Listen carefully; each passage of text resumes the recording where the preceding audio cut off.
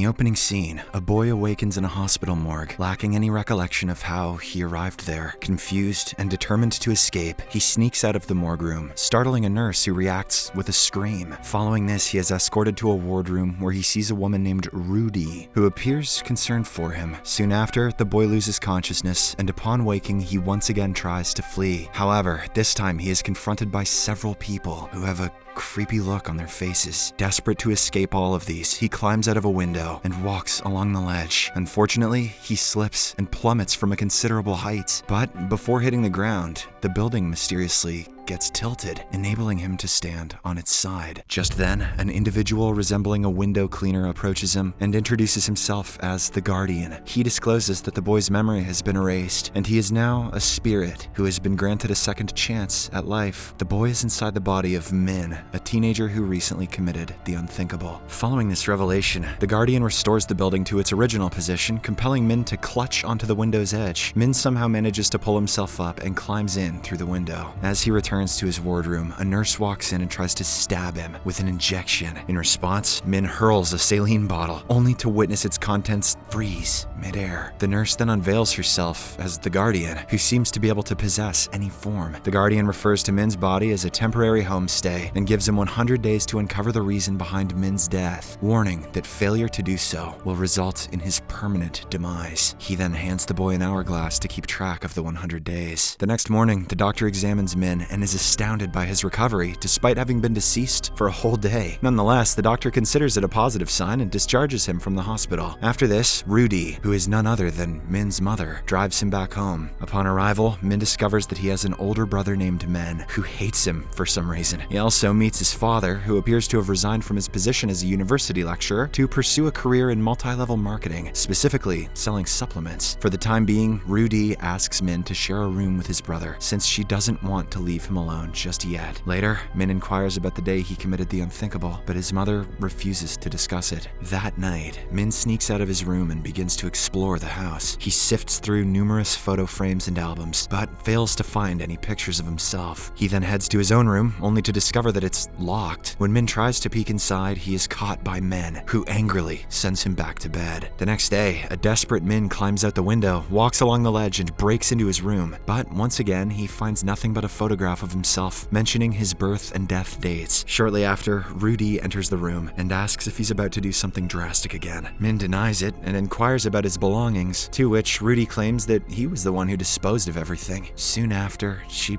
breaks down in tears, embracing Min and asking why he took such a drastic step. The following morning, Min decides to continue his schooling. While getting dressed, he discovers a brooch and his mother's business card in his wallet. Here, it is revealed that Rudy is an engineer working in a distant province. Later on, she drives him to school, and before parting ways, instructs Min to keep the truth hidden from everyone and simply pretend to be absent due to flu. While at school, he realizes that Min has very few friends, with Lee being his only close companion. Min also has a crush on a fellow student named P, who is a bright student and his tutoring peer. P is a member of the Card Stunt Club. So is Min. As a result, he attends their next meeting where the leaders remind him that he needs to complete their drawing for an upcoming competition. Amidst this, Min notices other students wearing brooches identical to the one he has in his wallet. He soon discovers that these brooches signify the exceptional students of the Olympic class. Intrigued, he decides to wear the brooch and enters the Olympic class, but is swiftly caught by the teacher and thrown back out. Later, Min meets P in the library to seek academic assistance and finds himself captivated by her beauty. Much like the previous version of Min, reincarnate him as many times as you want, he will always want the P. Gradually, the spirit inhabiting Min's body begins to adapt to his new life and grows comfortable. He spends a significant amount of time with P, and they both seem to enjoy each other's company. One day, Min's father visits the school and reminds him about an appointment with his therapist. He also provides Min with some of his own products to advertise. Later, Min attends the therapy session, where the therapist asks intrusive questions about Min's personal life. But as the boy tries to reply, the therapist abruptly shatters a product bottle, causing its contents to scatter in the air, revealing himself as the Guardian. It becomes apparent that the Guardian's purpose is to remind Min of his mission and advise him against getting distracted. The Guardian emphasizes the urgency of time running out and tells Min to uncover the truth soon. Additionally, he informs Min that the hourglass he previously gave to him will automatically halt once he discovers the truth. In the next scene, we see the students are immersed in the festivities at school, but P appears to be upset. Min approaches her and discovers that she is sad because she's unable to solve certain questions. P is worried that she won't be able to achieve a top-ranking medal this time and fears disappointing everyone. Upon hearing her distress, Min attempts to uplift her spirits with comforting words. He also asks if they're a couple, but P denies it, explaining that he never asked her out. As the night progresses, the two have an enjoyable time together, playing games, making wishes, and admiring the fireworks. While sitting on a rooftop, taking in the view, P remarks on how much Min has changed compared to his previous self. Min then asks her which version of him she prefers, to which she replies that she will answer this after a few days. The following day, at home, Min overhears his mother speaking on the phone with his father. She appears to be enraged because the greedy man sold her wedding ring for business purposes. To console his mother, Min joins her and assists with some kitchen tasks. A few days later, Min and P are sitting together when P presents him with a gift for his birthday. It is a personally crafted kaleidoscope. Knowing that Min has a fondness for such objects, as they converse, P brings up Min's previous question and shares that she prefers the current version of Min over his past self. Finally, their relationship blossoms as they share a romantic kiss. The next day at school, while Min is drawing P on a bridge,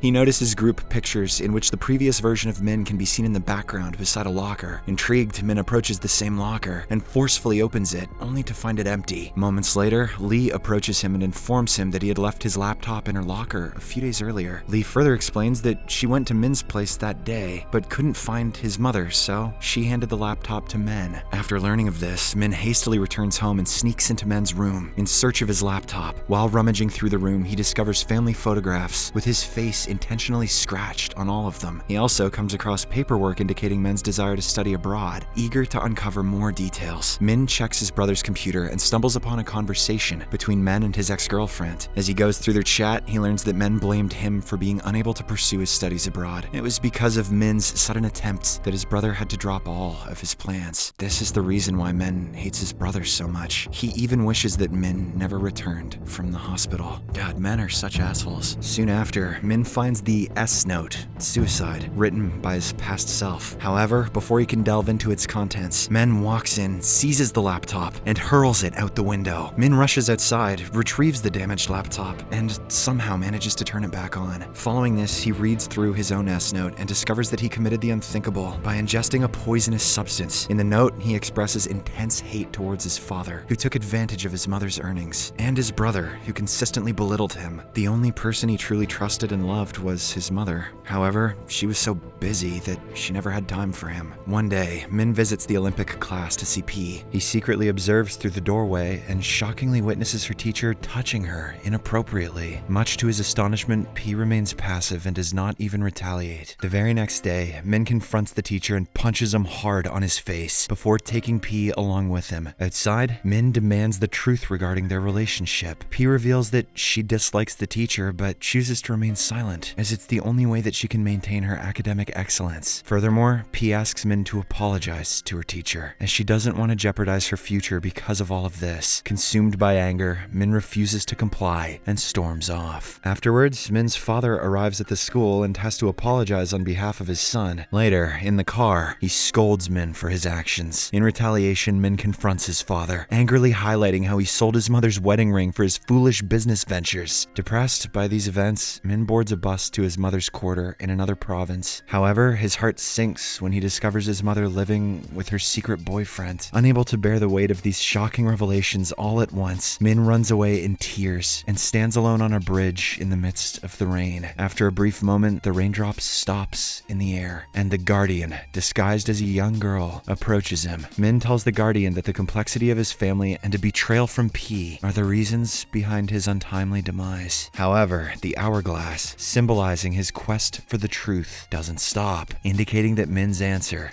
is incorrect. The guardian then reminds him that he has 3 days remaining to uncover the correct answer and departs. Later, Min returns home and vents his frustration by destroying his belongings in his room. Shortly afterwards, Lee visits him, asking if he has finished his drawing assignment. Filled with rage, Min responds rudely to Lee. He further claims that he never cared for Lee since he didn't even mention her name in his S-note. This revelation shatters Lee's heart, as she had never treated Min with the same disdain he experienced from the others. Later in the evening, Min and his father go to pick up Rudy from her workplace. After this, the three go to a restaurant to have dinner. While they dine, Min pretends to use the restroom, but keeps a watchful eye on them from a distance. During this, Min's father returns the wedding ring to Rudy, but instead of accepting it, she confesses about her affair, which causes Min's father to storm off in anger. Following this, Min and his mother drive home together in their car. Along the way, she apologizes to Min, acknowledging her mistake and assuring him that she will prioritize her family from now on. However, Min's anger remains unresolved, leading him to yell at his mother. This distraction causes her to lose focus while driving, resulting in their car getting hit by a truck. Fortunately, Min only sustains minor injuries, but his mother's condition appears to be critical. In the next scene, Min returns home and discovers some food left for him by his mother. He also looks at the gift P had given him, which triggers regret for his previous outburst. This suddenly makes him realize how much love and support Min had around him. Viewing things from a new perspective, he then endeavors to make the best of his remaining time, resolving past conflicts and tying up loose ends. Finally, he also completes his drawing for his stunt club. The next day, the Olympic team is participating in a tournament, and before that, P is called upon to deliver a speech. However, seeing Min in the audience makes her feel guilty, so she runs away. Min follows her to the classroom and tries to comfort her, assuring her that he's not mad at her anymore. After a brief conversation, the two end up embracing each other, bridging the gaps between them. Encouraged, P then goes to the principal and fearlessly reports the teacher's abuse. Aware of P's limited time for drawing, Min leaves his completed work on her desk, cheering her up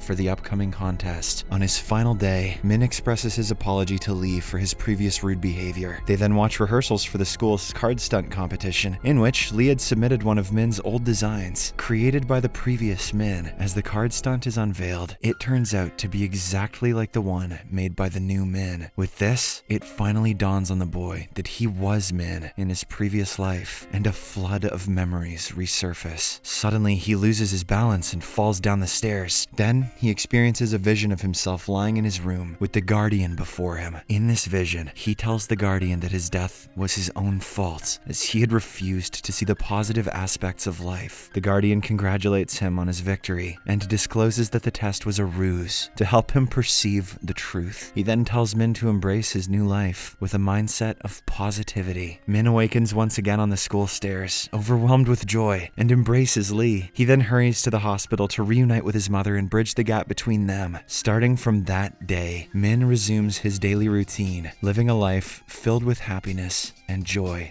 surrounding him. Subscribe for more videos like this, turn on notifications, and leave a like to help the channel out. Thank you for watching.